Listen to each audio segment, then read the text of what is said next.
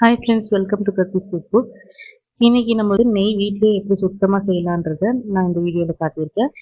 வெண்ணெய் எப்படி எடுக்கிறது அப்படின்றத வந்து நான் இன்னொரு வீடியோ தனியாக கொடுக்குறேன். எடுத்து வச்ச வெண்ணெயை வந்து நல்லா பாத்திரம் சூடான உடனே அதில் போட்டுக்கணும்.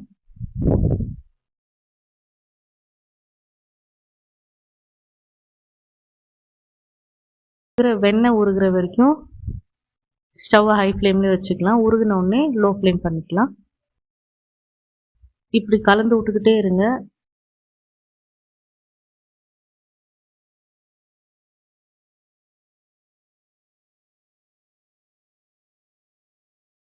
நுரை கட்டுது பாருங்க. இந்த நுரை எல்லாம் அப்படியே கொஞ்ச நேரத்தில் அடங்கிரும்.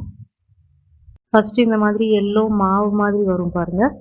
கொஞ்ச நேரத்துலயே நம்மளுக்கு இந்த கண்ணாடி பதம் எல்லோ கலரா கிடைக்கும்.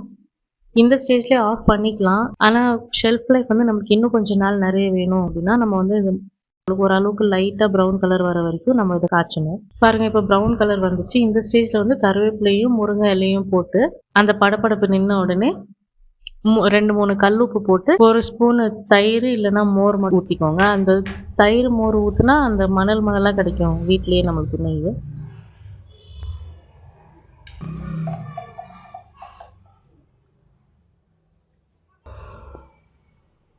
Thanks for watching. Bye.